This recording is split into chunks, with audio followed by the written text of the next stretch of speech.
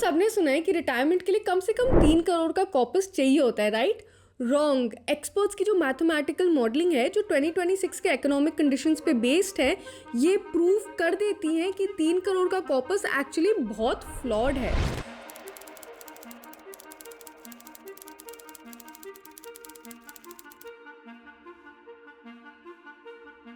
First of all एक बहुत बड़ा रीज़न ये है कि मेडिकल इन्फ्लेशन 13 से 14% हर साल बढ़ता है और जो मेडिकल एक्सपेंसेस होते हैं वो आपके रिटायरमेंट में काफ़ी अनप्रिडिक्टेबल होता है। सेकंड रीज़न है कि आजकल हेल्थ केयर बहुत इंप्रूव हो गया, तो आपके रिटायरमेंट कॉर्पस को कम से कम 85 to 90 ईयर्स ऑफ एज तक तो चलना चाहिए। अब अगर हम इसे मान के चले तो 3 करोड़ के कॉर्पस में से अगर आप हर महीने 1 लाख निकाल रहे हो और आपका 6% का इन्फ्लेशन है, 12 साल में इसकी जो स्पेंडिंग पावर है वो तो 50% हो जाएगी, यानी कि 50,000 रुपीज। इसी वजह से 3 करोड़ का कॉर्पस आपको काम नहीं आएगा। एक्सपर्ट्स कहते हैं कि आपका टारगेट एक्चुअली 8 से लेके 10 करोड़ होना चाहिए। तो 2026 के जो नए रूल्स हैं उसके हिसाब से अभी हम ईपीएफ, एनपीएस और एसआईपी का एक कॉम्प्रिहेंसिव एनालिसिस करेंगे ताकि आप अच्छे से डिसाइड कर पाओ कि आपको अपना टारगेट कैसे मीट करना है। पहला है ईपीएफ। ये हर सैलरीड पर्सन का डिफॉल्ट इन्वेस्टमेंट होता है। इसे सेफ और रिलायबल माना जाता है और अभी इसी वक्त इसका जो इंटरेस्ट है वो 8.25% पे लॉक्ड इन है। लेकिन ध्यान रखने वाली बात ये है कि ईपीएफ पहले की तरह टैक्स फ्री नहीं है।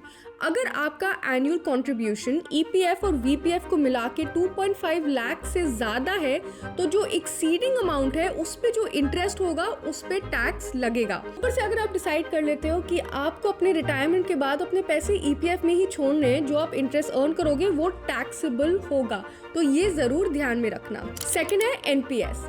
काफी लोग एनपीएस से डरते थे क्योंकि उसका लॉक इन पीरियड काफी हाई है और 40% एन्युटीज मैंडेटरी होता है। लेकिन जो नए रूल्स है उसके हिसाब से अगर आप एक नॉन गवर्नमेंट सब्सक्राइबर हो तो आप 80% अपने कॉर्पस का विड्रॉ कर सकते हो और सिर्फ 20% आपको एन्युटीज में डालना पड़ेगा।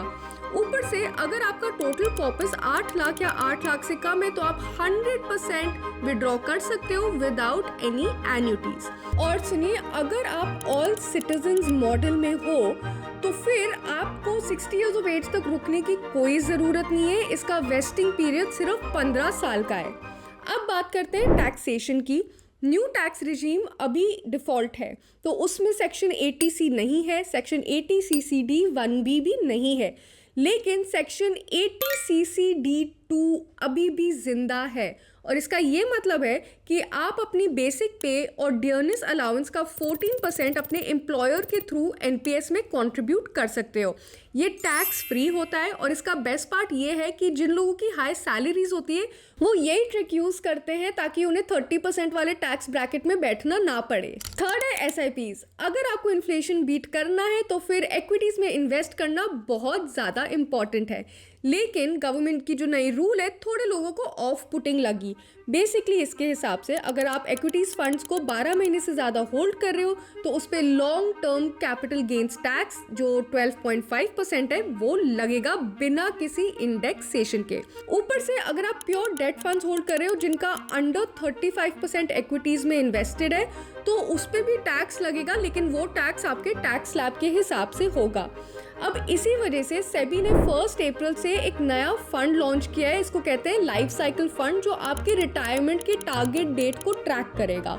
बेसिकली इसमें क्या होता है, रिटायरमेंट से बहुत साल पहले, मान लो आपने अपने 20s में स्टार्ट किया है, तब ये अग्रेसिवली इक्विटीज में इन्वेस्ट करेगा, लेकिन रिटायरमेंट के पास आते आते ये उसे डेट और गोल्ड में डी रिस्क करने के लिए स्विच कर देगा। तो 2026 में सबसे ज्यादा वायबल स्ट्रैटेजी है क्या? चलो अब इसे हम 3 लाइफ साइकिल्स में बांट देते हैं। पहला है 25 से 40 इयर्स ऑफ एज। ये आपका अक्यूमुलेशन फेज है। इस फेज में आप अपने एम्प्लॉयर के थ्रू वो 14% नेगोशिएट करके एनपीएस में कंट्रीब्यूट करोगे। आप एसआईपी करोगे या तो इंडेक्स फंड्स में या फ्लेक्सी कैप फंड्स में ताकि आपकी वेल्थ ग्रो करे, और आप ईपीएफ को एक अच्छा सा डेट फंड की तरह चुपचाप बैकग्राउंड में काम करने दोगे। फिर उसके आते हैं 40 to 50 इयर्स वाले ब्रैकेट में। यह है आपका कंसोलिडेशन फेज। इस फेज में आप अपने एनपीएस को अग्रेसिव से मॉडरेट लाइफ साइकिल वाले ऑप्शन में स्विच कर दोगे ताकि ग्रो तो हो जाए लेकिन ज्यादा रिस्क ना हो। थर्ड है 50+ ईयर्स ऑफ एज, ये है आपका कंसोलिडेशन वाला पीरियड।